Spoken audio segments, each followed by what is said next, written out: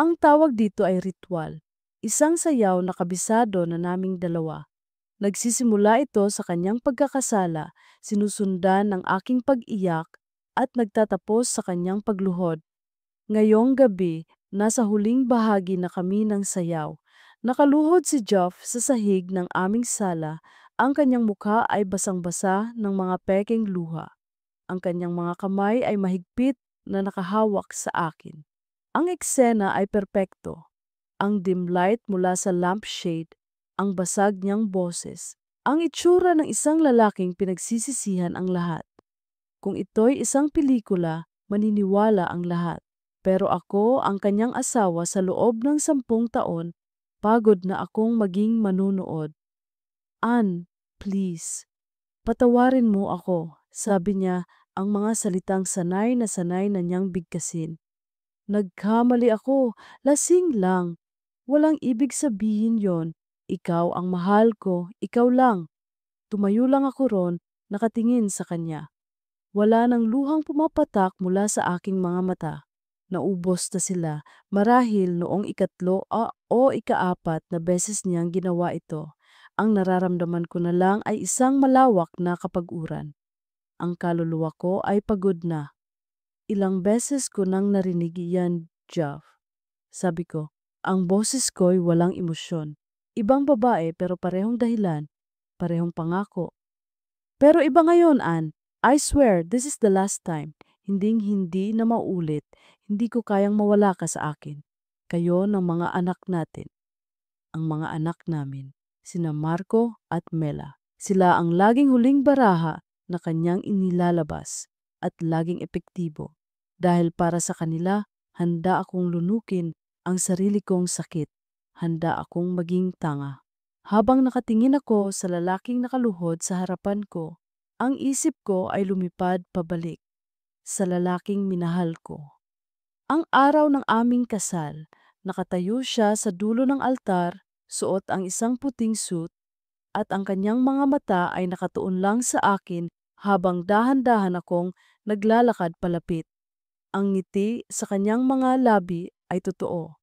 Ang luha sa kanyang mga mata ay totoo. Nang hawakan niya ang aking kamay, naramdaman ko ang kuryente. Naramdaman ko ang katiyakan. Ikaw ang simula at wakas ko, Anne. Bulong niya bago kami humarap sa pari. Pangako, gagawin kitang pinakamasayang babae sa buong mundo. At sa loob ng ilang taon, tinupad niya ang pangakong iyon. Ang aming pagsasama ay puno ng tawanan, ng mga pangarap, ng suporta. Siya ang aking kakampi, ang aking kasama sa lahat ng bagay. Hanggang sa dumating ang unang bagyo, ang unang babae, isang kasamahan niya sa trabaho. Ang sakit noon ay parang isang kutsilyong bumaon sa aking dibdib at hindi na muling inalis. Gumuho ang mundo ko.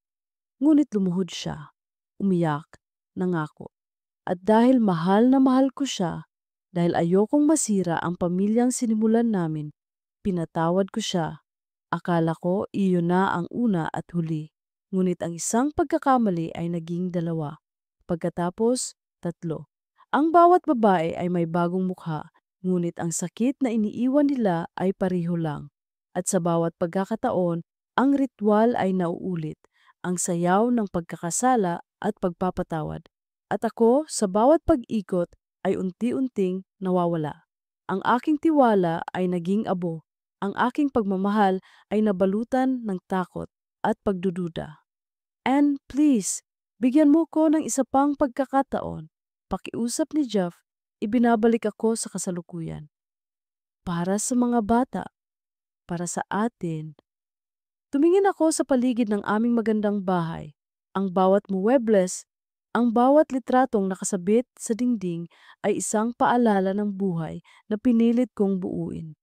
Ang mga ngiti sa litrato ay parang isang panunuya. Huminga ako ng malalim.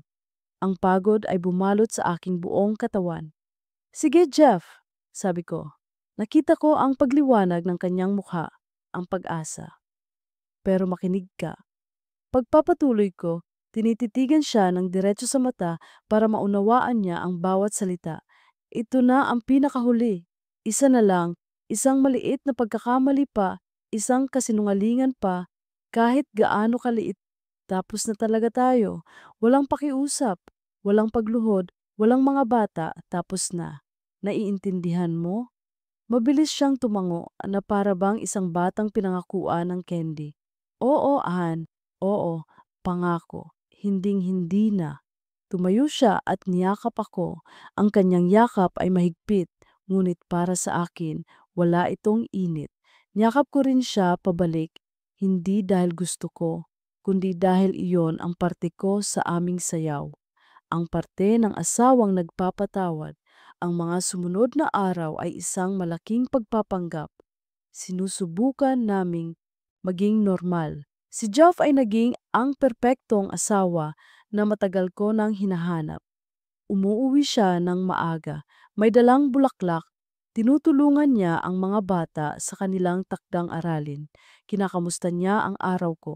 Sinubukan kong maniwala, sinubukan kong buksan muli ang aking puso. Ngunit may isang bahagi sa akin na laging nagbabantay. Isang bahagi na laging nag-aalinlangan.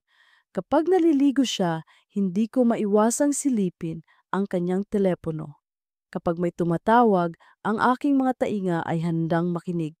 Kapag ginagabi siya ng uwi, ang aking isip ay agad na gumagawa ng mga senaryo. Ang pag-ibig ay hindi mabubuhay nang walang tiwala. At ang tiwala, kapag nasira, ay parang isang salamin na kahit anong pilit mong pagdikitin ay may lamat pa rin. Kailangan kong mag-overtime ngayong gabi, babe. Sabi niya isang Martes, tumawag mula sa opisina. May hinahabol kaming deadline. Baka madaling araw na ako makauwi. Huwag mo na akong hintayin. Sige, sagot ko, pinipilit na maging normal ang aking boses. Mag-iingat ka. Ngunit pagkababa ko ng telepono, ang pamilyar na kaba ay bumalik. Isang boses sa aking isip ang sumisigaw, nagsisinungaling siya. Pinilit kong patahimikin ito. Bigyan mo siya ng pagkakataon, Ann. Sabi mo, magtitiwala ka. Sinubukan ko. Nagluto ako ng hapunan para sa mga bata. Tinulungan ko sila sa kanilang mga proyekto. Pinatulog ko sila at hinintay ko siya. Ngunit ang bawat oras na lumilipas ay isang dagdag na bigat sa aking dibdib. Kinaumagahan Sabado, araw ng paglalaba, habang kinukuha ko ang mga maruruming damit mula sa hamper, isa-isa kong kinakapa ang mga bulsa ng pantalon ni Jeff. Isang ugali na nakasanayan ko na hindi lang para sa mga barya, kundi para sa mga posibleng ebidensya. At sa bulsa ng pantalon na suot niya noong Martes, ang gabing nag-overtime siya, may nahanap ako, hindi isang numero ng telepono, hindi isang lipstick mark, kundi isang maliit at lukot na resibo. Binuklat ko ito, isang resibo mula sa isang coffee shop. The Daily Grind. Hindi pamilyar sa akin ang pangalan. Tiningnan ko ang address. Nasa kabilang dulo ito ng syudad, isang lugar na hindi namin pinupuntahan. Tiningnan ko ang mga item na binili. Dopos sa 2 cappuccinos, 240 tauso, 1 slice of chocolate lava cake, 180 tausos, total 420 de bulate, 2 kapeng mainit, isang slice ng cake, isang perpektong order para sa 2 tao. Ngunit ang pinakabumaon sa akin ay ang petsa at oras na nakatatak sa resibo. Martes, 9:47 p.m. Ang eksaktong gabi na sinabi niyang nag-o-overtime siya. Ang eksaktong gabi na sinabi niyang mag-isa lang siyang nagtatrabaho para sa aming kinabukasan. Nakatitig ako sa maliit na piraso ng papel na iyon, isang resibong nagkakahalaga ng 420 piso. Ngunit para sa akin, ang halaga nito ay hindi masukat. Ito ang halaga ng kanyang huling pangako, ang halaga ng aking huling pag-asa. Hindi ito isang malaking pagkakamali, hindi ito isang one-night stand. Ito ay isang bagay na mas masahol, isang kaswal na kasinungalingan, isang pagtataksil na walang kahirap-hirap. Habang ako ay nasa bahay, nag-aalala, sinusubukang magtiwala. Siya pala ay nasa isang coffee shop, masayang umiinom ng kape kasama ng kung sino. Ang huling pagkakataon na ibinigay ko sa kanya na ay isang kasinungalingan mula pa lang sa simula. Hindi niya man lang sinubukang magbago. Hindi niya man lang ako nirespeto. Sa sandaling yon, walang luhang pumatak. Walang galit na sumabog. Ang naramdaman ko lang ay isang malalim at nakakabinging katahimikan sa loob ko. Ang puso ko, na paulit-ulit niyang binasag at pinilit kong buuin, ay hindi na tumibok para sa kanya. Hindi ito namatay ng may ingay. Namatay ito ng tahimik. Hawak-hawak ko ang resibo, ang huling piraso ng ebidensya na kailangan ko hindi para sa korte, kundi para sa aking sarili. Ang katibayan na ang pag-ibig na matagal ko nang ipinaglalaban ay matagal na palang patay. Ako na lang ang hindi bumibitaw sa kanyang bangkay. Ang resibo ay itinago ko sa isang maliit na kahon kung saan ko itinatago ang mga lumang sulat at litrato, isang sementeryo ng mga masasayang alaala. Ngayon, may bago itong kasama. Isang maliit na papel na nagsisilbing death certificate ng aming pagsasama. Hindi ako kumpronta, hindi ako sumigaw. Ang ritual ay tapos na. Sa pagtatapos ng aming sayaw, pinili kong manatiling nakatayo sa gitna ng entablado sa ilalim ng isang spotlight ng masakit na katotohanan habang siya'y patuloy na madlan nagpapanggap sa dilim. Ang weekend na iyon ay dumaan na parang isang pelikulang black and white. Ginawa ko ang lahat ng dapat gawin ng isang asawa at ina. Nagluto ako, nag-asikaso ng mga bata. Ngumiti ako sa mga kapitbahay, ngunit ang aking mga kilos ay walang kulay, walang buhay. Isa na akong perpektong makina na gumagana ayon sa programa. Babe, okay ka lang? Tanong sa akin ni Jeff nung linggo ng umaga habang nagkakape kami sa hardin. Ang tahimik mo nitong mga nakaraang araw. Pagod lang siguro. Sagot ko, hindi tumitingin sa kanya. Pinagmasdan ko ang mga anak naming masayang naglalaro sa damuhan. Sila. Sila na lang ang dahilan kung bakit gumigising pa ako sa umaga sa bahay na ito. Naramdaman niya ang panlalamig ko. Sinubukan niyang maging mas malambing. Niyakap niya ako mula sa likod, ipinatong ang kanyang baba sa aking balikat. Dati, ang kilos na ito ay nagpapakalma sa akin. Ngayon, naramdaman ko ang pagkasuklam. Ang bawat pagdampi ng kanyang balat ay isang paalala ng kanyang mga kasinungalingan. Dahan-dahan kong inalis ang kanyang mga braso. Kailangan kong ihanda ang tanghalian, sabi ko at pumasok sa loob. Naramdaman kong may nagbago sa akin. Ang datingan na laging umiiyak, na laging naghahabol, na laging handang magpatawad ay unti-unti nang nawawala. Ang pumapalit ay isang babaeng pagod na, isang babaeng manhid na. Isang hapon, pagkatapos kong ihatid ang mga bata sa eskwela, naramdaman kong hindi ko kayang umuwi agad. Ang aming bahay ay parang isang kulungan na puno ng masasamang alaala. Kailangan ko ng hangin, kailangan kong makatakas. Nagmaneho ako ng walang patutunguhan hanggang sa mapadpad ako sa isang lumang bookstore sa kabilang bayan. Mahilig akong magbasa dati. Ngayon, wala na akong panahon. Ipinagpalit ko ang mga libro sa mga lampin, sa pagluluto, sa pag-aayos ng isang pamilyang hindi naman pala buo. Pumasok ako sa loob. Ang amoy ng lumang papel at bagong imprenta ay parang isang yakap. Naglakad-lakad ako sa mga pasilyo, hinahaplos ang mga pabalat ng libro. Sa isang estante, may isang libro na nakakuha ng aking atensyon. Isang nobela tungkol sa isang babaeng naglakbay sa buong mundo para hanapin ang kanyang sarili. Kinuha ko ito. Habang binabasa ko ang likod, may isang lalaking lumapit sa aking tabi. Maganda yan, sabi niya. Napalingon ako. Isang lalaking marahil ay kaedad ko lang, nakasuot ng simpleng t-shirt at maong. May dala siyang kamera na nakasabit sa kanyang leeg. Ang kanyang mga mata ay palangiti. Pero Kung gusto mo ng isang bagay na mas makatotohanan, subukan mo yung katabi niya. Itinuro niya ang isa pang libro. Kinuha ko ito. Nabasa mo na? Tanong ko. Ilang beses na ngumiti siya. Tungkol yan sa kung paano, minsan, ang paglaya ay hindi tungkol sa pag-alis, kundi tungkol sa pagtanggap.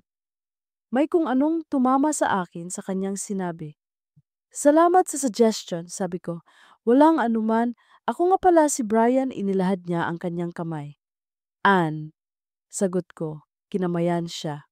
Sige Ann, enjoy your book, sabi niya at naglakad na palayo. Isang simpleng pagkikita, isang estrangherong nagbigay ng isang magandang payo. Sa loob ng ilang minutong iyon, naramdaman kong ako si Ann. Hindi asawa ni Jeff, hindi ina ni na Marco at Mela, si Ann lang. Pag-uwi ko sa bahay, dala-dala ang bagong libro, naramdaman kong may kaunting gaan sa aking dibdib. Ngunit ang gaan na iyon ay agad na nawala nang salubungin ako ng isang tensyonadong katahimikan. Hinintay ako ni Jeff sa sala. Hindi siya mapakali. Saan ka galing? Tanong niya. Ang kanyang boses ay may bahid ng hinala. May pinuntahan lang, sagot ko. Anong pinuntahan? Bakit hindi mo sinasagot ang mga tawag ko? Naka-silent mode ang telepono ko, sabi ko. Tumiretso sa kusina. Sumunod siya. Bakit ang lamig mo sa akin, Ann? Ato ano problema? Pagpilit niya. Akala ko ba okay na tayo? Akala ko ba binigyan mo ako ng isa pang pagkakataon? Humarap ako sa kanya. Pagod na ako sa pagpapanggap. Pagod na ako sa katahimikan. Ang pagkakataong ibinigay ko sa iyo ay may kasamang isang kondisyon, Geoff.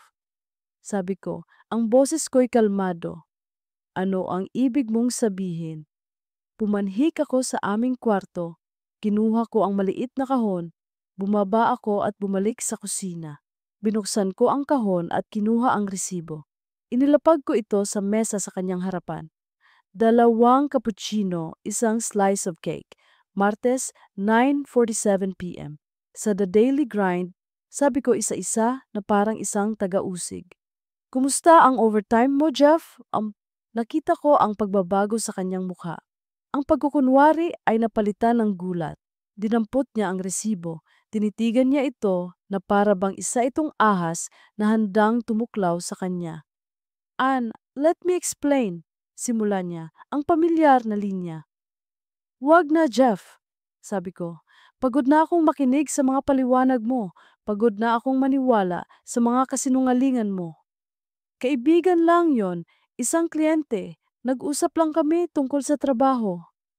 Sa isang coffee shop na nasa kabilang dulo ng syudad, sa halos 10:00 ng gabi, at nagsinungaling ka, sinabi mong nag-o-overtime ka. Mag-isa.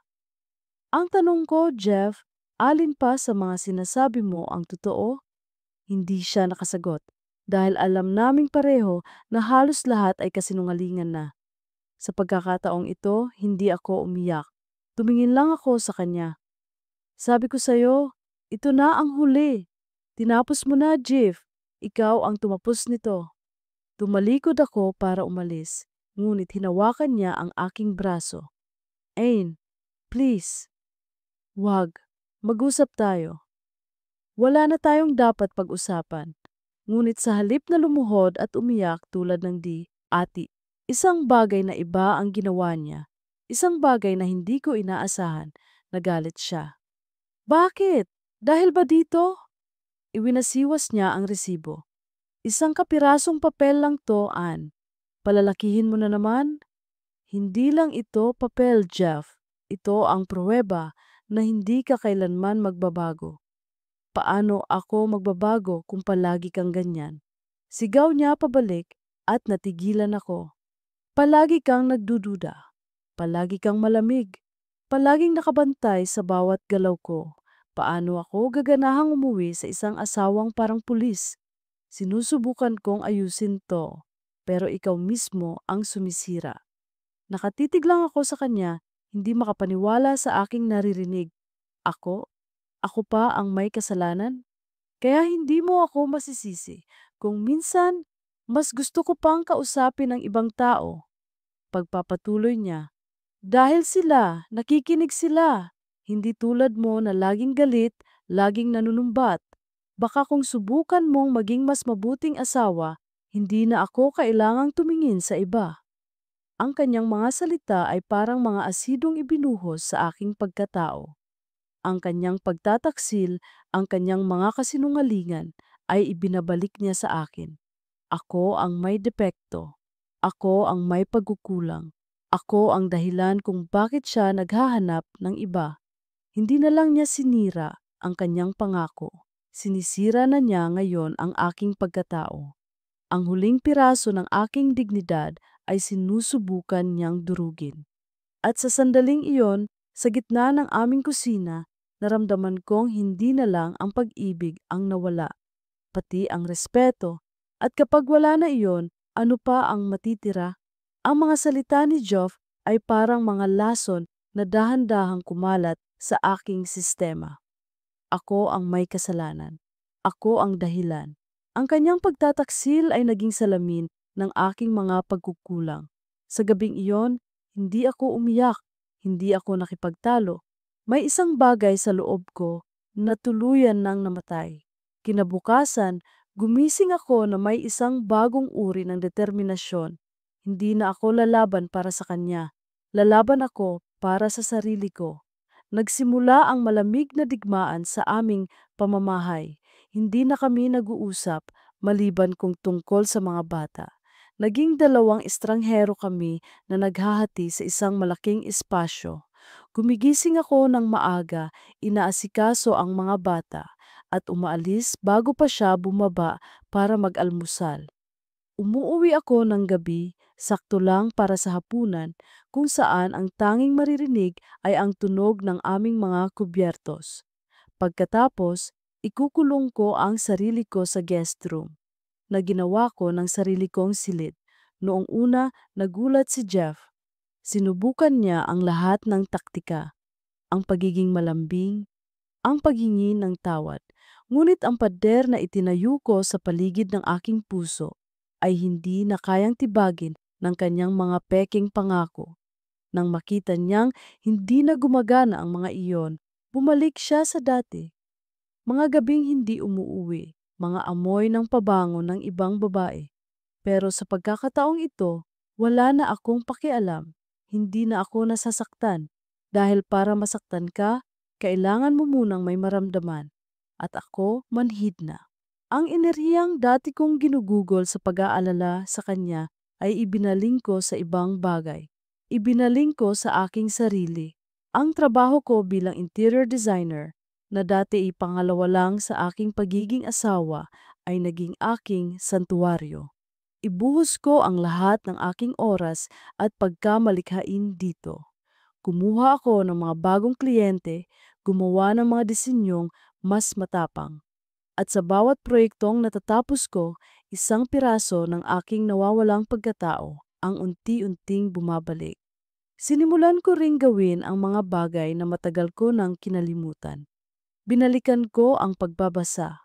Ang unang libro na binili ko ay ang librong inirekomenda sa akin ng estranghero sa bookstore.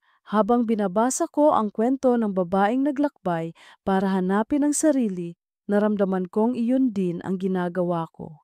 Hindi ko kailangang umalis ng bansa. Ang paglalakbay ko ay sa loob ng aking sariling puso. Isang Sabado ng hapon, habang si Jeff ay may meeting at ang mga bata ay nasa bahay ng aking biyenan, nagpasya akong mag-isa. Nagpunta ako sa isang art gallery sa Maynila, isang lugar na laging gustong puntahan ng dating Ann, ngunit laging walang panahon.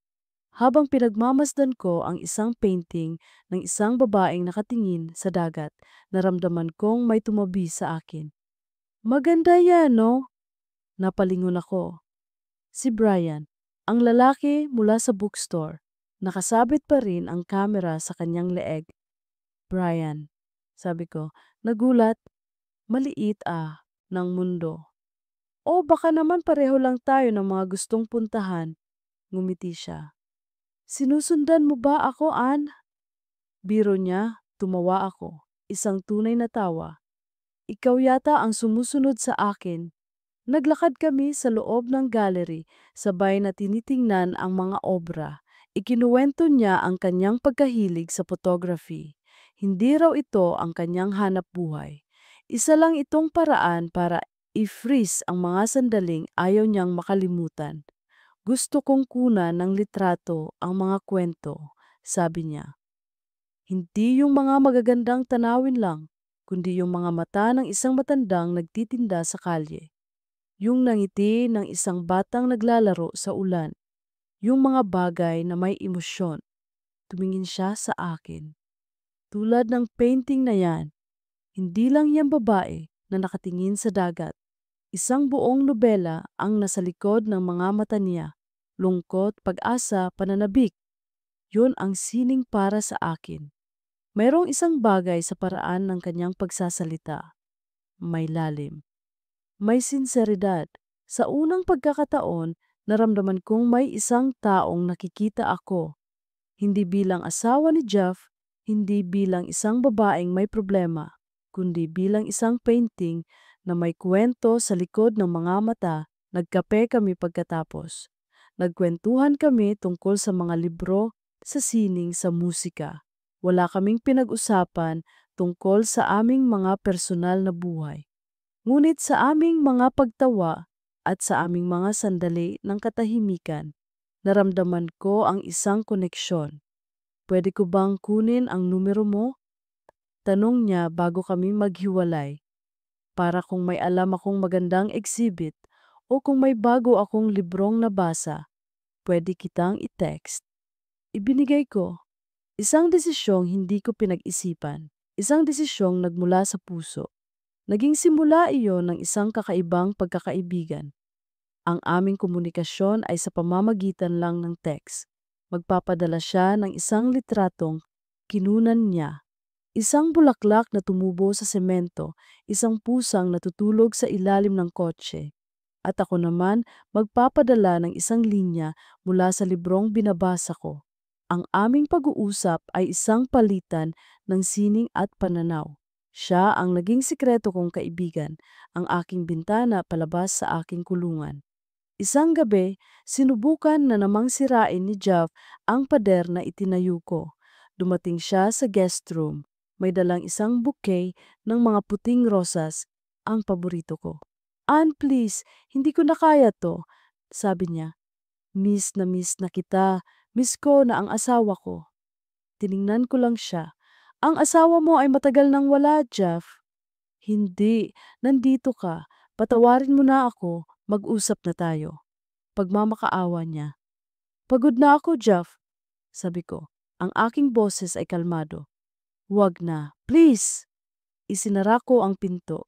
Narinig ko siyang napabuntong hininga sa labas bago tuluyang umalis. Hindi na ako nasaktan. Sa halip naramdaman ko ang isang uri ng kapangyarihan. Ang kapangyarihang piliin ang sarili kong kapayapaan.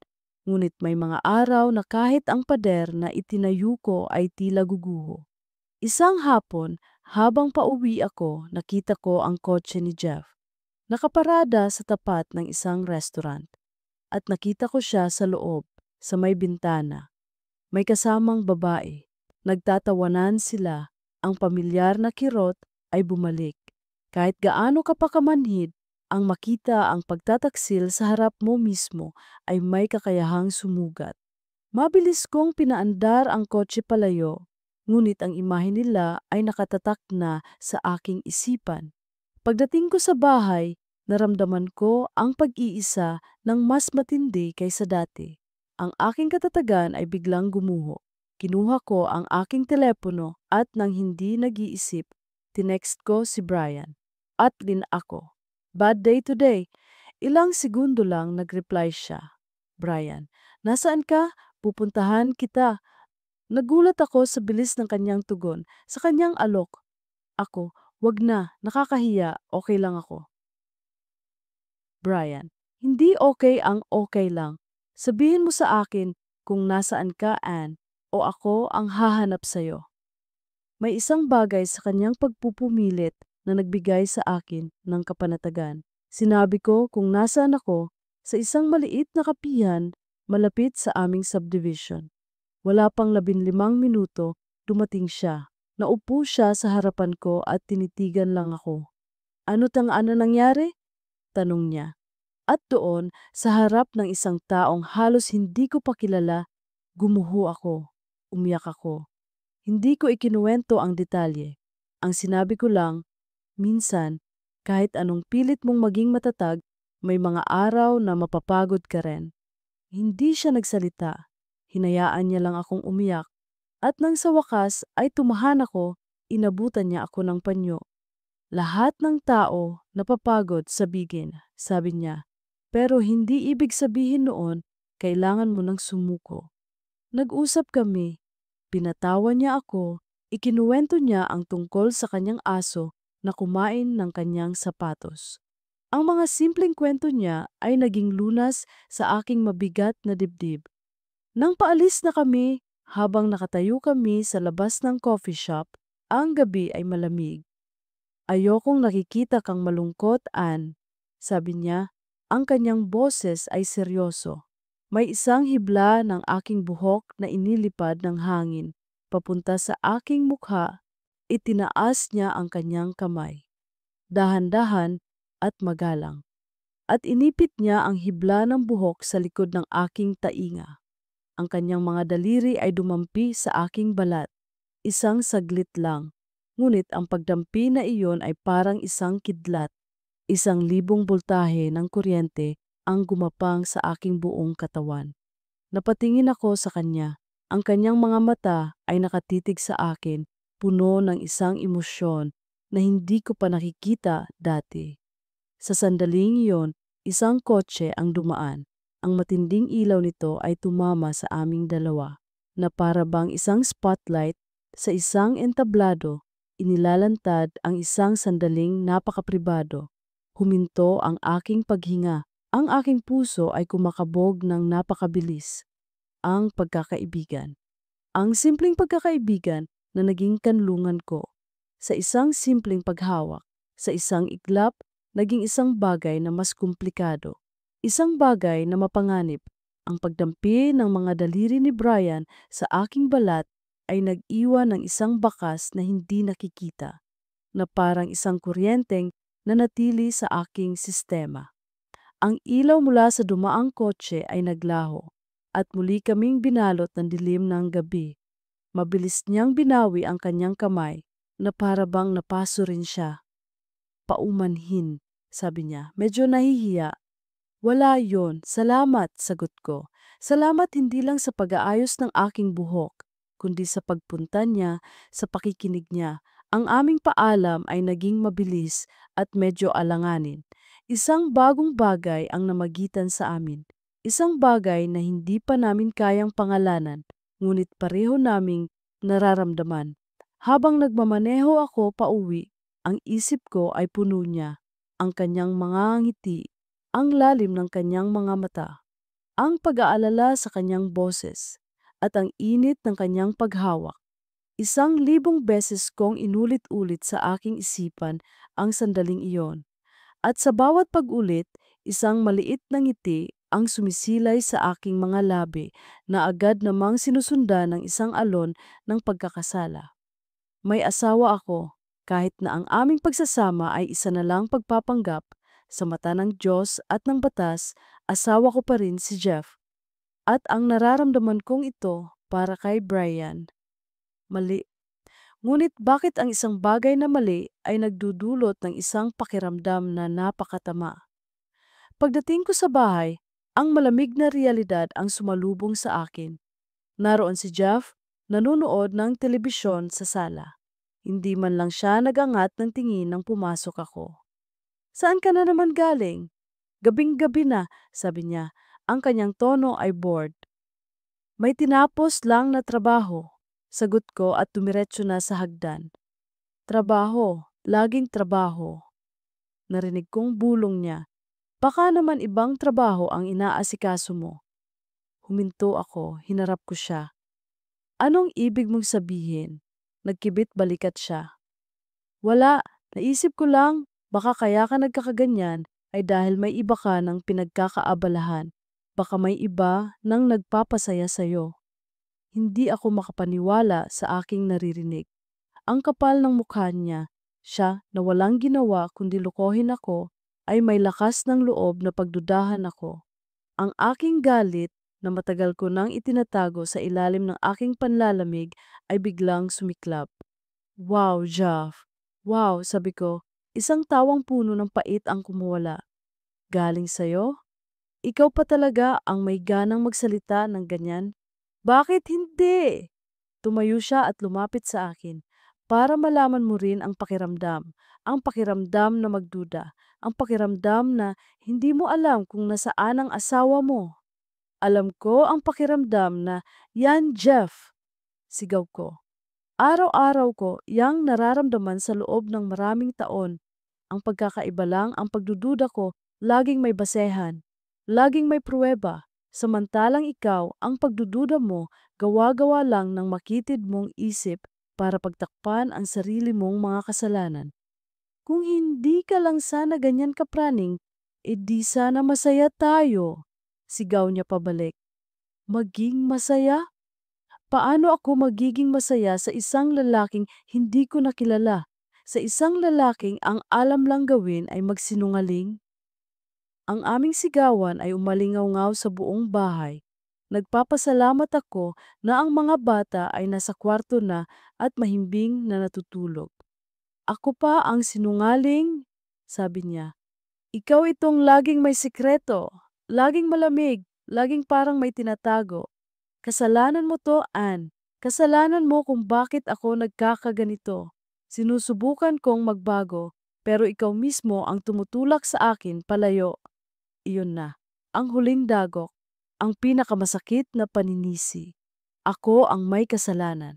Ang aking panlalamig na resulta ng kanyang paulit-ulit na pagtataksil, ang siyang ginagawa niyang dahilan para akong nasa isang bangungot na walang katapusan kung saan ako na ang biktima, ako pa ang kontrabida. Hindi na ako sumagot. Tumalikod ako at mabilis na pumanhik sa hagdan. Ang kanyang mga akusasyon ay sumusunod sa akin na parang mga anino. Ikinandado ko ang pinto ng guest room at doon sa dilim bumagsak ako sa sahig at humagulgol. Ang pader na itinayo ko ay tuluyan ng gumuho. Ang sakit ay bumalik, mas matindi, mas malalim. Dahil ngayon, hindi na lang puso ko ang sinisira niya, kundi pati ang aking pagkatao. Kinuha ko ang aking telepono, ang aking mga daliri ay nanginginig. May isang tao lang akong gustong makausap. Isang tao lang ang alam kong makakaintindi. Hinanap ko ang pangalan niya, Brian. At tinawagan ko siya. Sumagot siya sa unang ring. Ann, anong nangyari? Umiiyak ka ba? Ang pag-aalala sa kanyang boses ay sapat na para lalo akong mapaiyak. Brian, kailangan kita. Nasaan ka? Pupuntahan kita. Nagkita kami sa isang parke na bukas 24 oras, isang lugar na tahimik at madilim. Naupo kami sa isang bench sa ilalim ng isang malaking puno. Sa ilalim ng mapusyaw na ilaw ng buwan, ikinuwento ko sa kanya ang lahat. Hindi lang ang nangyari ngayong gabi, kundi ang lahat. Ang 10 taon ng aking pagsasama kay Jeff, ang unang pagtataksil, ang pangalawa, ang paulit-ulit na ritual ng pagpapatawad, ang resibo, ang kanyang paninisi, lahat. Ang mga salita ay lumabas sa akin na parang isang ilog na matagal nang gustong kumawala sa isang dam. Sa buong pagkukwento ko, hindi siya nagsalita. Nakikinig lang siya. Ang kanyang buong atensyon ay nasa akin. Nang matapos ako, ang natira na lang ay ang aking mga hikbi. Matagal siyang hindi umimik. Pagkatapos nagsalita siya, ang kanyang boses ay mahinahon. Noong bago kami ikasal ng asawa ko, mayroon akong nobya. 6 na taon kami. Akala ko siya na. Isang araw sinabi niya sa akin na hindi na daw siya masaya. Na ako raw ang dahilan. Na masyado raw akong nakatuon sa trabaho, na napapabayaan ko siya. Umiyak ako. Nagmakaawa. Sinisi ko ang sarili ko. Ginawa ko ang lahat para magbago. pero iniwan pa rin niya ako. At makalipas ang 1 buwan, nalaman kong ikakasal na pala siya sa boss niya. Doon ko naintindihan, Anne. Minsan, ginagamit ng ibang tao ang mga pagkukulang mo para pagtakpan ang sarili nilang pagkakasala. Ang kanyang kwento, ang kanyang sakit, naramdaman ko ito. Naramdaman kong hindi ako nag-iisa. Hindi ikaw ang may kasalanan, Anne, sabi niya. Walang kahit anong pagkukulang sa parte mo ang magbibigay sa kanya ng karapatang saktan ka ng paulit-ulit. Pinunasan ko ang aking mga luha. Ang kanyang mga salita ay parang isang gamot na dahan-dahang nagpapagaling sa aking mga sugat. Pero bakit ang sakit pa rin? Tanong ko. Bakit kahit alam kong wala na, umaasa pa rin akong babalik yung dating siya? Dahil mabuti kang tao, sagot niya. At dahil minahal mo siya ng totoo. Tumingin siya sa akin. Ang kanyang mga mata ay puno ng isang emosyon na hindi ko mabasa. Puno ng awa, ng pag-unawa at ng isang bagay pa. Isang bagay na mas malalim. Hindi mo deserve yan, Anne. Sabi niya, ang kanyang boses ay halos pabulong na. You deserve to be happy. Ang mga salitang iyon, napakasimple. Ngunit sa akin, iyon ang lahat. Ang lahat ng bagay na gusto kong marinig. Ang lahat ng bagay na kailangan kong marinig. Ang pagpapatunay na ang sakit na nararamdaman ko ay totoo. Na ang halaga ko bilang isang tao ay hindi nakadepende sa pagmamahal ng aking asawa. Muling namuo ang mga luha sa aking mga mata. Ngunit sa pagkakataong ito, hindi dahil sa sakit, kundi dahil sa pasasalamat. Itinaas niya ang kanyang kamay, at sa ilalim ng liwanag ng buwan, hinawakan niya ang aking kamay. Hindi ito isang paghawak na may pagnanasa. Hindi ito isang paghawak na romantiko. Ito ay isang paghawak na nagsasabing, nandito ako, nauunawaan kita, hindi ka nag-iisa. Ang init ng kanyang palad ay gumapang sa aking buong katawan. Isang init na nagpataboy sa lamig na matagal nang bumabalot sa akin. Nandito lang ako, sabi niya, na para bang nabasa niya ang aking isipan. Hinigpitan ko ang hawak sa kanyang kamay. Sa sandaling iyon, sa tahimik na parke, sa gitna ng gabi, naramdaman ko ang isang koneksyon na mas totoo at mas matatag kaysa sa 10 taon ng aking pagsasama kay Jeff. Hindi pa namin alam kung ano ito. Hindi pa namin alam kung saan ito patungo. Ang alam ko lang, sa paghawak niya sa aking kamay, isang bagay sa loob ko ang nagsimulang mabuo muli. Ang paghawak ni Brian sa aking kamay ay parang isang angkla sa gitna ng isang rumaragasang bagyo. Sa sandaling iyon, ang lahat ng ingay sa aking isipan, ang mga akusasyon ni Jeff, ang sarili kong pagdududa, ay biglang tumahimik. Ang tanging naramdaman ko lang ay ang init ng kanyang palad, isang matatag na paalala na hindi ako nag-iisa. Hindi na ako nag-iisa. Hindi namin pinag-usapan kung ano ang ibig sabihin ng paghawak na iyon. Hindi na kailangan. Pagkatapos ng gabing iyon, isang bagong kabanata ang nagsimula para sa aming dalawa. Ang aming pagkakaibigan ay lumalim. Siya ang naging aking takbuhan, ang aking kakampi. At ako, para sa kanya, ay naging isang taong mapagkakatiwalaan, isang taong nakakaintindi sa kalungkutang itinatago niya sa likod ng kanyang mga ngiti. Ang impluwensya na balitamtampayan ni Brian sa akin ay unti-unti ngunit malaki. Itinuro niya sa akin na muling tingnan ang mundo, hindi bilang isang biktima, kundi bilang isang kalahok. Tumigil ka sa pag-iyak sa mga bagay na wala na. Sabi niya sa akin isang araw, hanapin mo ang mga bagay na nandyan pa. At sinimulan kong hanapin ang mga iyon.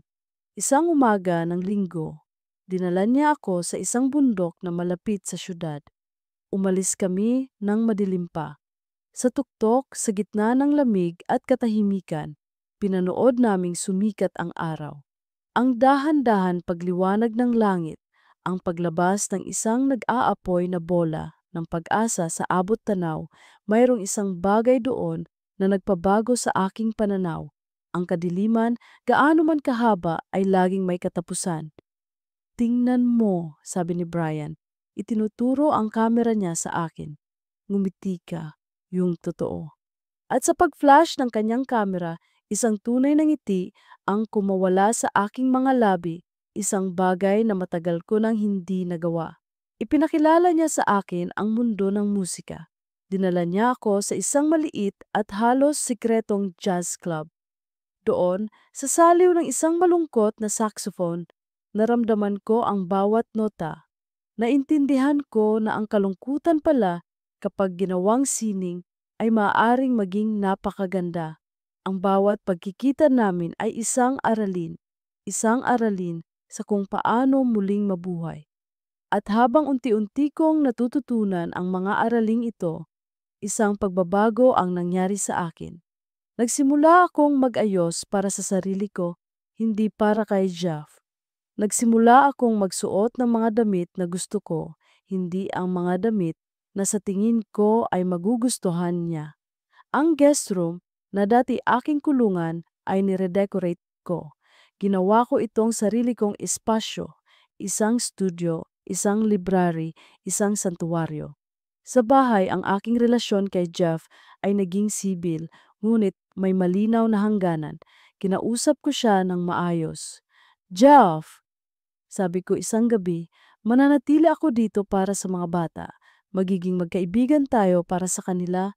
Magiging magulang tayo, pero ang pagiging mag-asawa natin, tapos na. Nagulat siya, marahil ay inaasahan niyang habang buhay akong magiging martir. Ano siyang ibig mong sabihin? Ang ibig kong sabihin, malaya ka nang gawin ang gusto mo. At ako rin, sabi ko.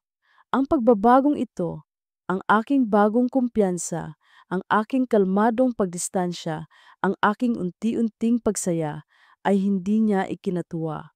Sa halip, ito'y kanyang ikinabahala.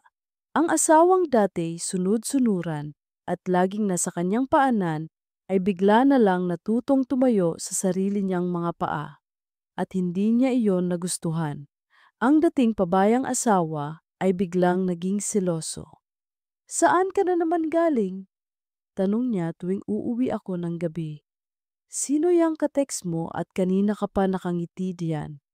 Bakit iba na ang ayos mo ngayon? Para kanino ka ba nagpapaganda? Ang mga tanong niya ay puno ng hinala. Ang kabalintunaan ng lahat ay halos nakakatawa. Ang lalaking walang ginawa kundi magtaksil ay ngayon ay umaarteng isang biktima ng pagtataksil. Sinusubukan niyang kontrolin muli ako, hindi sa pamamagitan ng pagmamahal, kundi sa pamamagitan ng pagsiselos. Isang gabi, dumating ang hindi maiiwasan. Dumating ako mula sa isang masayang pag-uusap namin ni Brian. Magaan ang aking pakiramdam. Pagpasok ko sa bahay, sinalubong ako ni Jeff. Ang kanyang mukha ay madilim. Mag-usap tayo, sabi niya. Sumunod ako sa kanya sa sala. Umupo siya sa tapat ko. May inilapag siya sa mesa, ang telepono ko. Ano to? Tanong ko. Binuksan ko, pag-amin niya. Sino si Brian Ann? Ang paglabag niya sa aking privacy ay isang bagay na ikinagalit ko, ngunit pinanatili ko ang aking kalamigan. Isang kaibigan, sagot ko. Kaibigan? Tumawa siya ng mapakla. Tingnan mo ang mga text ninyo, mga tula, mga kanta, mga litrato. Kaibigan lang ba talaga yan? Ipinakita niya sa akin ang screen, ang mga simpleng pag-uusap namin ni Brian. Salamat sa litrato, ang ganda. Pakinggan mo ang kantang to, maaalala mo ako. Sa mata ng isang taong naghahanap ng mali, ang lahat ay mukhang kasalanan. May lalaki ka, ano? Sigaw ni ang kanyang pagsiselos ay sumabog na. Kaya pala ang saya-saya mo. Kaya pala ayaw mo na sa akin dahil may kabit ka. Habang ako sinusubukang ayusin ang pamilya natin, ikaw pala nagpapakasarap sa iba. Ang kanyang mga akusasyon, ang kanyang pagkukunwari, ang kapal ng kanyang mukha. Ang dating Ann ay marahil iiyak sa harap niya, magmamakaawa, magpapaliwanag. Ngunit ako, ang bagong Ann, ay hindi na ganoon. Tinitigan ko siya, at sa gitna ng aking galit, isang tawa ang kumawala, hindi isang masayang tawa. Isang tawang puno ng pait at pagod. Nakakatawa ka, Jeff. Sabi ko, umiling-iling. Nakakatawa ka talaga. Ang pagtawa ko ay mas lalo siyang ikinagalit. Bakit ka tumatawa? Umamin ka, may relasyon kayo, no? Tumayo ako. Tiningnan ko siya mula sa itaas, ang lalaking minsan kong sinamba, na ngayon ay mukhang isang desperadong bata na naghahanap ng masisisi. Hindi ko itinanggi, hindi ko rin inamin, dahil ang tanong niya ay hindi na mahalaga. Kabit? Ulit ko sa kanyang salita. Humarap ako sa kanya, ang aking boses ay kalmado ngunit matalas. Alam mo, Jeff, matagal na akong walang asawa at matagal mo na rin akong ginawang hindi mo asawa. Naglakad ako palapit sa kanya, bawat hakbang ay may bigat. Binigyan mo ako ng magandang bahay pero hindi mo ito ginawang tahanan. Binihisan mo ako ng magagandang damit pero hinubaran mo ako ng dignidad. Binigyan mo ako ng mga anak pero ipinagkait mo sa kanila ang isang buong pamilya. Kaya kung mayroon man sa ating dalawa ang naghahanap ng pagmamahal sa labas, kung mayroon mang naghahanap ng isang taong magpaparamdam sa kanya na mahalaga siya. Huminto ako sa mismong harapan niya, tinitigan ko siya ng diretso sa mata, hinayaan siyang makita ang lahat ng sakit, lahat ng galit, at lahat ng katotohanang matagal kong kinimkim. Sino sa tingin mo ang may kasalanan? Pagkatapos, tumalikod na ako, naglakad ako palayo, iniwan siyang nakatayo doon, walang masabi, tulala. Hindi ko na hinintay ang kanyang sagot dahil alam ko na ang sagot at sa wakas, alam ko na rin ang aking halaga. Ang aking mga salita ay naiwang nakabitin sa hangin sa pagitan namin, isang pinal na hatol na hindi na mababawi. Ang katahimikan na sumunod ay mas mabigat kaysa sa aming pinakamatinding sigawan. Nakita ko sa mga mata ni Jeff ang isang bagay na hindi ko pa nakikita dati. Hindi galit, hindi pagsisisi, kundi purong takot. Ang takot ng isang taong sa wakas ay naintindihan na kung ano ang malapit nang mawala sa kanya. Hindi na siya nagsalita. Tumalikod lang siya at pumanhik sa aming kwarto. At sa unang pagkakataon sa loob ng maraming buwan, ako ang natulog sa aming kama. Siya ang natulog sa guest room. Isang pagbaliktad ng mundo. Kinabukasan, inasahan ko ang dati. Ang kanyang pag-alis ng maaga, ang kanyang panlalamig. Ngunit nagkamali ako. Pagbaba ko, naabutan ko siya sa kusina, nagluluto ng almusal. Isang bagay na hindi niya ginawa sa loob ng 10 taon ng aming pagsasama. Good morning, sabi niya, ang kanyang boses ay mahina. Pinagluto ko kayo ng paborito ninyong pancakes. Ang mga bata ay masayang masaya. Ako, naguguluhan. Naupo ako sa mesa, pinagmamasdan siya. Ang bawat kilos niya ay maingat. Ang bawat tingin niya sa akin ay puno ng isang emosyon na hindi ko na makilala. At nagsimula ang kanyang panunuyo. Isang panunuyong ang mas matindi pa kaysa noong nililigawan niya ako sa kolehiyo. Araw-araw may mga bulaklak na dumarating para sa akin sa opisina. Ang mga gabing overtime ay biglang nawala. Umuuwi siya ng maaga, dala-dala ang paborito kong pagkain. Siya na ang nag-aasikaso sa mga bata. Pinapaliguan sila, tinuturuan sa kanilang takdang aralin. Ibinibigay niya sa akin ang gabing para sa aking sarili. Magpahinga ka, Ann. Ako na ang bahala dito. Lagi niyang sinasabi. Noong una, hindi ako naniwala. Akala ko isa lang itong palabas. Isang bagong taktika. Ngunit lumipas ang mga linggo at hindi siya nagbago. Ang kanyang mga kilos ay naging consistent. At ang pinakanakakagulat sa lahat, nagsimula siyang maging tapat. Isang gabi, naupo siya sa tabi ko habang nagbabasa ako sa sala.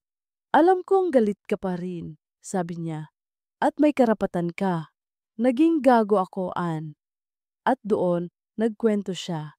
Inamin niya ang kanyang mga kahinaan, ang kanyang takot sa commitment kahit nakasal na kami, ang kanyang pangangailangan sa atensyon ng iba para patunayan ang kanyang pagkalalaki, ang kanyang pagiging makasarili.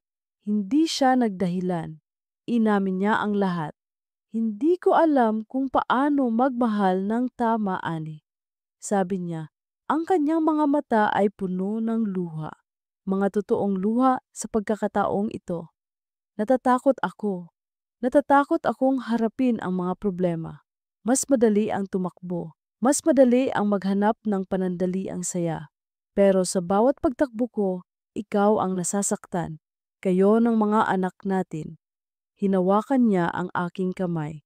Pero nitong mga huling linggo, habang pinagmamasdan kitang unti-unting nawawala sa akin, naintindihan ko.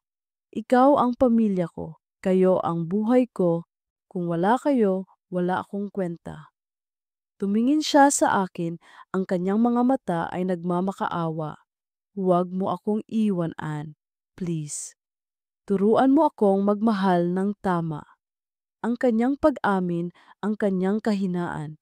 Ito ang Jeff na matagal ko nang gustong makita. Ang lalaking handang harapin ang kanyang mga demonyo. Isang bahagi ng aking puso, ang bahaging nasugatan ngunit hindi tuluyang namatay, ay nagsimulang tumibok muli para sa kanya. Paano kung, paano kung sa pagkakataong ito, totoo na? Paano kung ang lalaking minahal ko ay nagbalik na? Ang aking isipan ay nagmistulang isang larangan ng digmaan. Sa isang panig, naroon si Jeff, ang aking nakaraan, ang ama ng aking mga anak, na nagsusumikap na buuin muli ang aming pamilya. Sa kabilang panig, naroon si Brian, ang aking kasalukuyan. Ang lalaking nagturo sa akin kung paano hanapin ang aking sarili, ang aking kanlungan. Kailangan kong makausap si Brian. Nagkita kami sa art gallery kung saan kami unang nagkausap ng matagal. Habang nakatayo kami sa harap ng paborito naming painting, ikinuwento ko sa kanya ang lahat. Ang pagbabago ni Jeff, ang kanyang pag-amin, ang aking pagkalito. Hindi ko alam ang gagawin ko, Brian. Sabi ko, ang aking boses ay puno ng paghihirap. Isang bahagi ko ang gustong maniwala na nagbago na siya. Para sa mga anak ko, para sa 10 taon na pinagsamahan namin. Pero natatakot ako. Paano kung isa na namang itong palabas? Paano kung masasaktan lang ulit ako?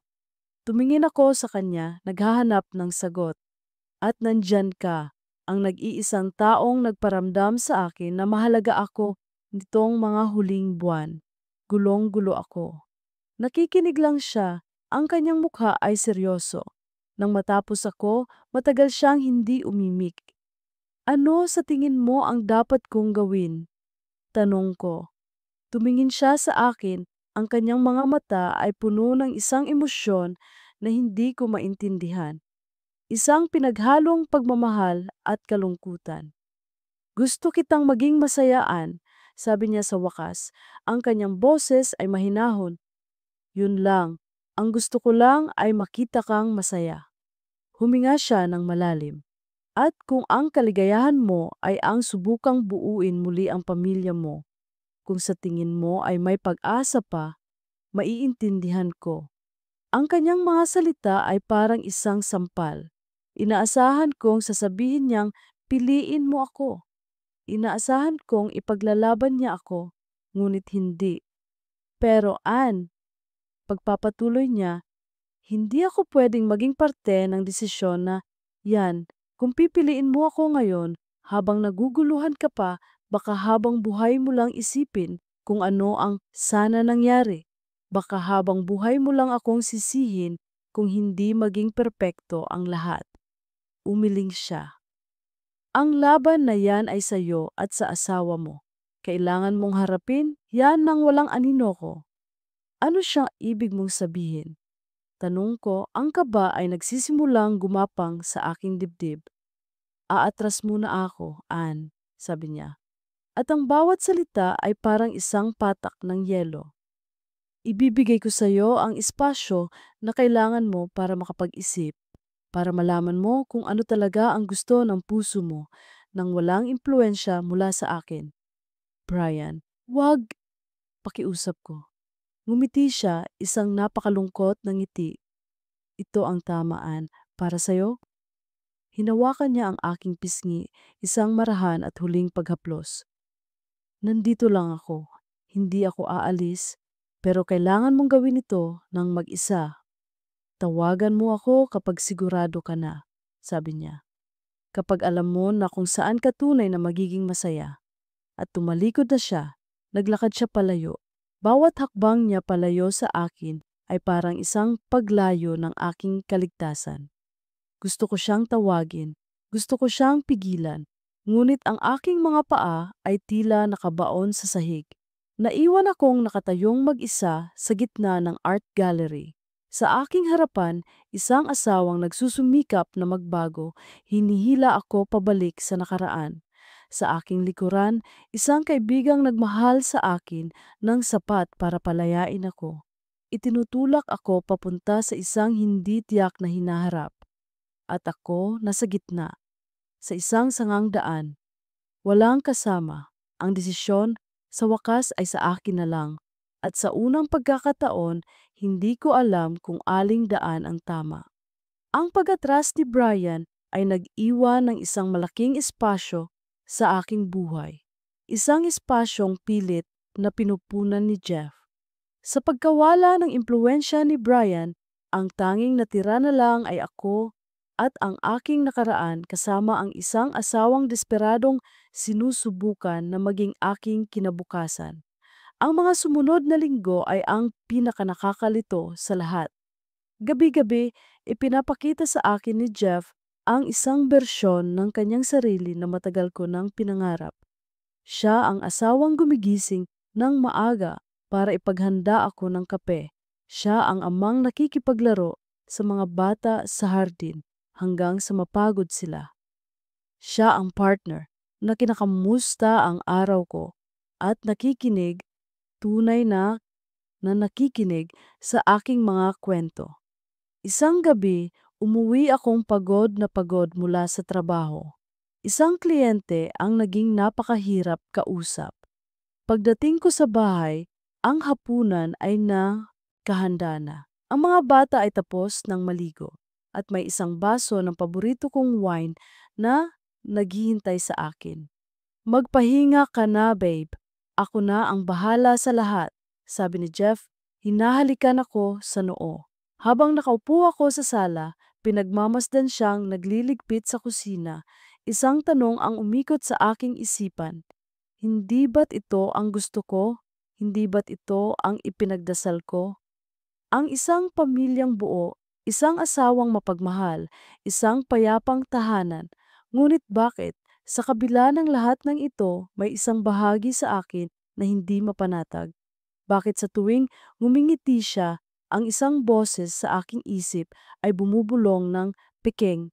Bakit sa tuwing niyayakap niya ako, ang aking katawan ay naninigas, hindi makatugon ng buo?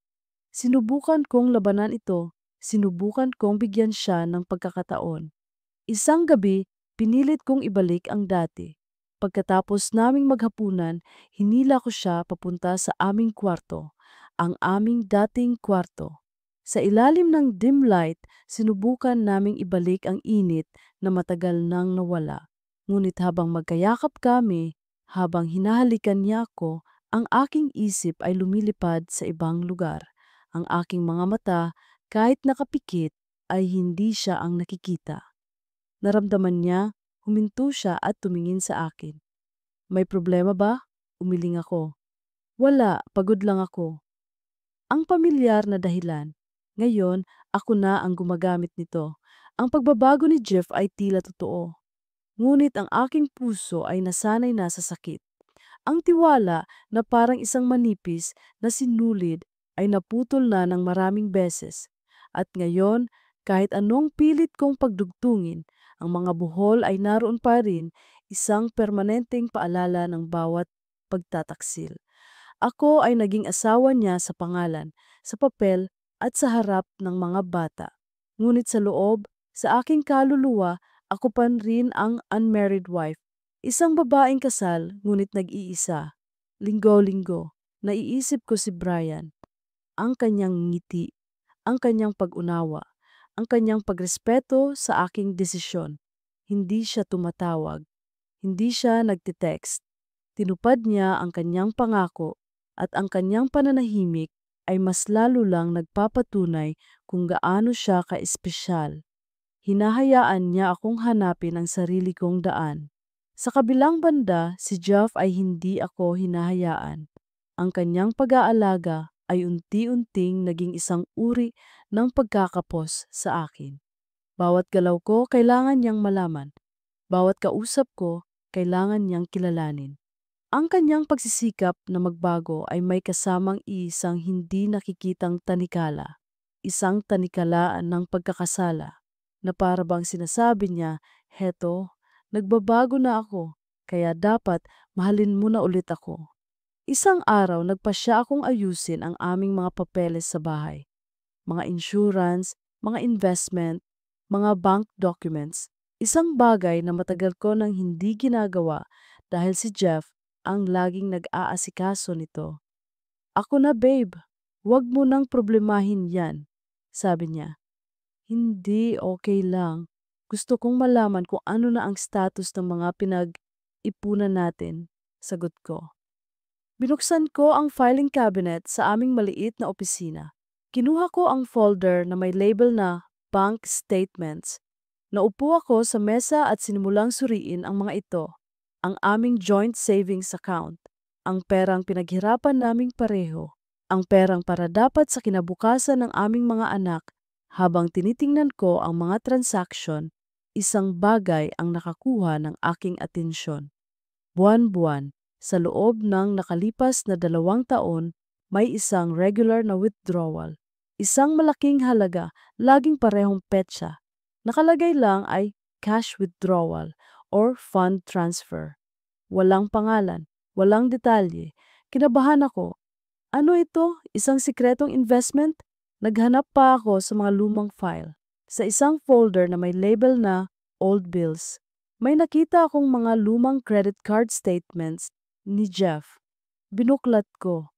At doon, sa mga maliliit na letra, nakita ko ang mga sagot, mga bayad sa restaurant na hindi kami kailanman kumain, mga bayad sa mga hotel, at isang paulit-ulit na pangalan ng isang flower shop. Ngunit ang pinakamatinding dagok ay isang bagay na mas malala pa. Sa isang lumang statement, may isang transaction na may description na down payment, condominium unit, Taguig. Hindi kami bumili ng condominium sa Taguig. Gumuho ang mundo ko, muli. Ngunit sa pagkakataong ito, iba ang pagguho. Hindi ito emotional. Ito ay malamig at brutal.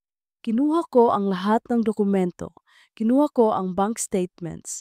Kinuha ko ang credit card statements. Nag-online ako. Ginamit ko ang lahat ng kaalaman ko sa pagre-research.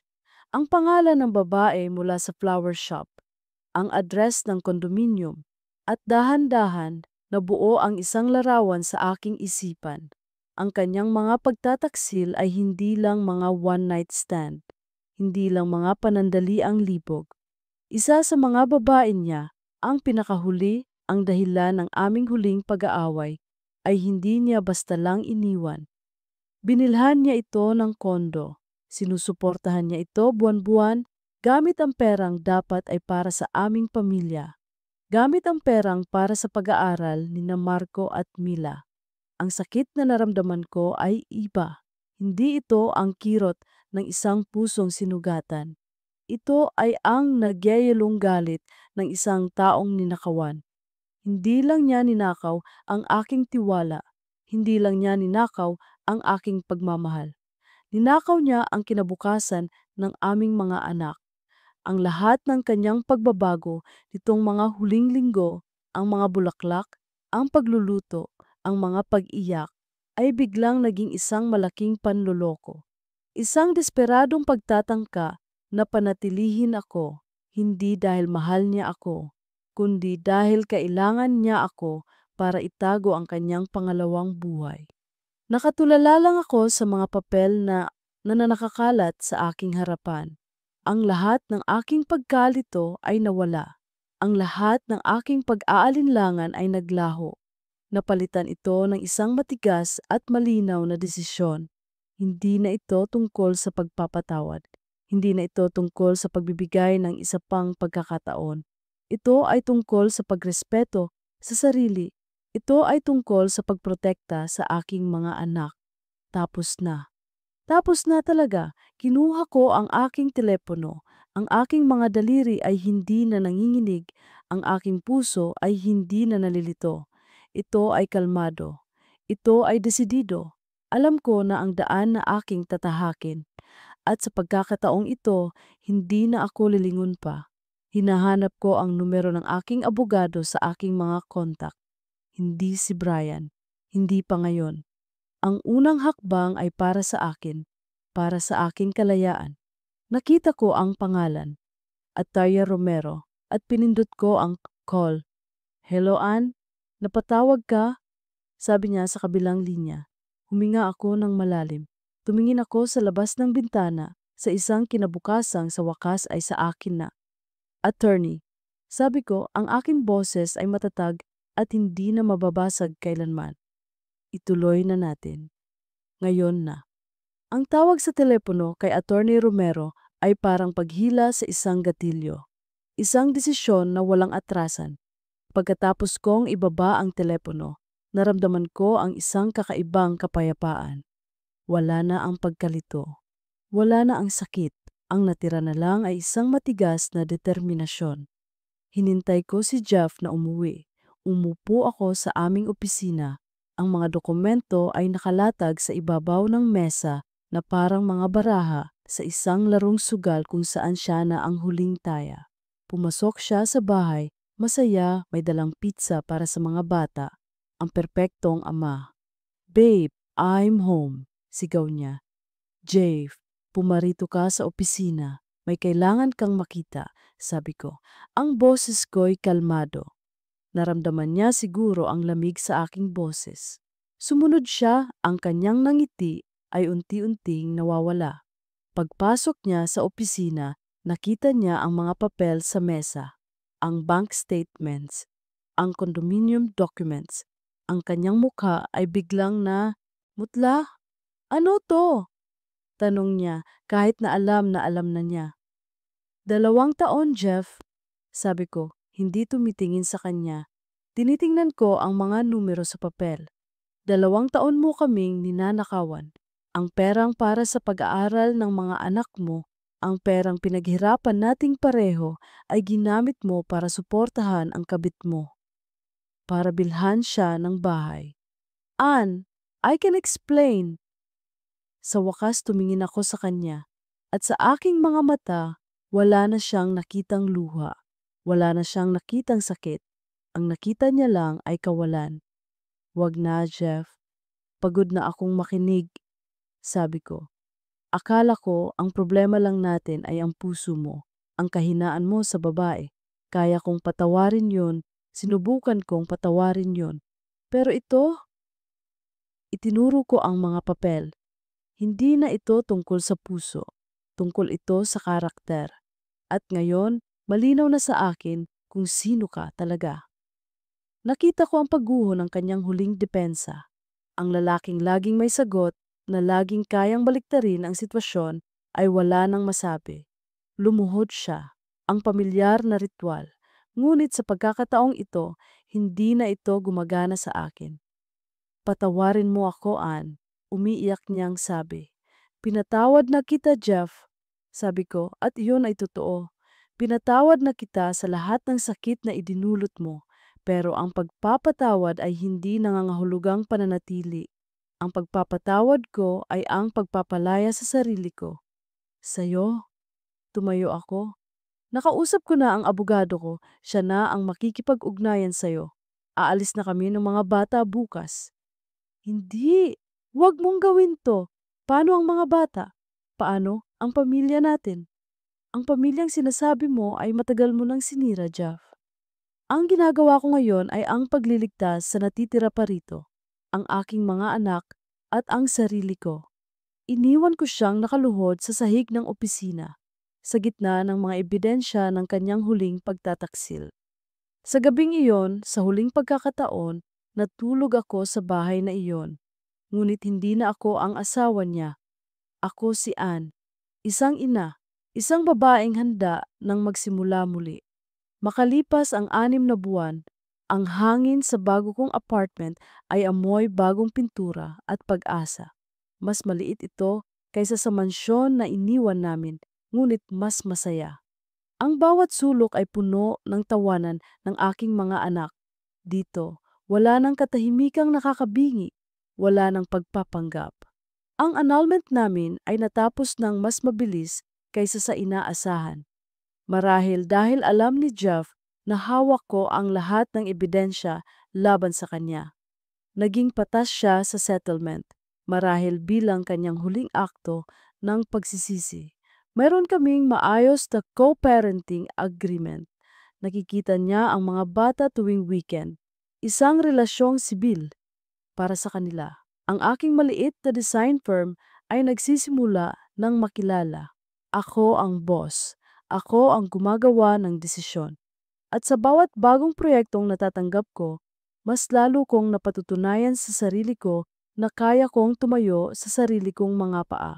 Isang hapon, habang nagkakape ako sa aking balkonahe at pinagmamasdan ang paglubog ng araw, isang pangalan ang pumasok sa aking isipan. Brian. Sa loob ng 6 na buwan, hindi kami nag-usap. Tinupad niya ang kanyang pangako. Ibinigay niya sa akin ang espasyo. At sa espasyong iyon, natagpuan ko ang aking sarili. Ngayon, buo na ako. Hindi na ako isang babaeng nasaktan na naghahanap ng kaligtasan. Ako na, si Anne, isang babaeng malaya na handa ng pumili. Kinuha ko ang aking telepono. Hinanap ko ang kanyang numero at tinawagan ko siya. Sumagot siya sa ikalawang ring. Anne, may gulat at pag-asa sa kanyang boses. Brian, sabi ko, isang ngiti ang sumilay sa aking labi. Sigurado na ako. Nagkita kami sa isang coffee shop, ang aming unang totoong date. Ang pag-uusap namin ay magaan at masaya. Ikinuwento ko ang tungkol sa bago kong buhay, sa aking trabaho, sa aking mga anak. Ikinuwento niya ang tungkol sa kanyang mga bagong litrato, sa kanyang aso. Hindi na kita tatanungin tungkol sa kanya, sabi niya. Ang mahalaga, nandito ka ngayon at nakangiti ka. Salamat sa'yo, sabi ko. Salamat sa pagtuturo sa akin kung paano ngumiti ulit. Hindi ako ang nagturo sa'yo, Anne. Umiling siya. Nasa loob mo lang yan palagi. Kailangan mo lang hanapin ulit. Pagkatapos ng aming kape, naglakad kami sa isang parke.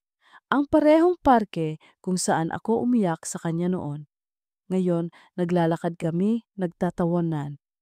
Wala nang minamadalian, sabi niya habang papalubog ang araw. Ang mahalaga, masaya ka, buo ka. Masaya ako, sabi ko. At iyon ang pinakatotoong salitang binitawan ko sa loob ng napakatagal na panahon. Ang pagtatapos ng aking kwento ay hindi isang malaking deklarasyon ng pag-ibig o isang pangako ng kasal. Ang pagtatapos ng aking kwento ay ang simula ng isang bagong kabanata. Isang kabanatang ako na ang may akda. Nakatayo ako ngayon sa sala ng aking apartment. Ang mga anak ko ay natutulog na.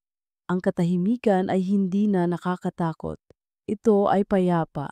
Tinitingnan ko ang aking refleksyon sa bintana. Ang babaeng nakatingin pabalik ay hindi na asak.